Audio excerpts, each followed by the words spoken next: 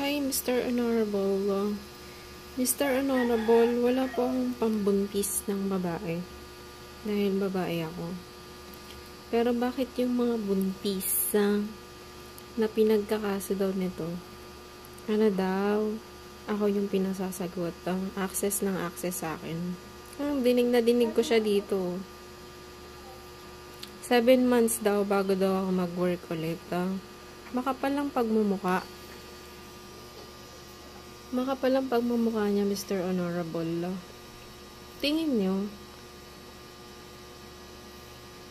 Tingin mo, ano pa kayang ginagawa nito bukod sa nang buntis ng babae to tapos kami yung pinasasagot kasi ina-access kami. Dinig na dinig ko siya dito sa loob ng bahay.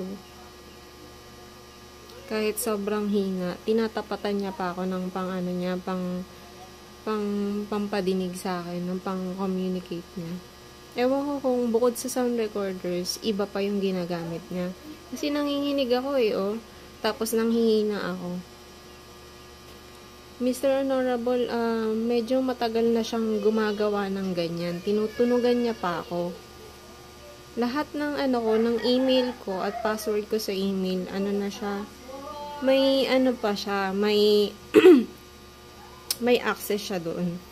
So, ano pong dapat gawin niya? Kasi, lumapit na ako sa iba. Sabi ko, may nagre-record po sa akin dito.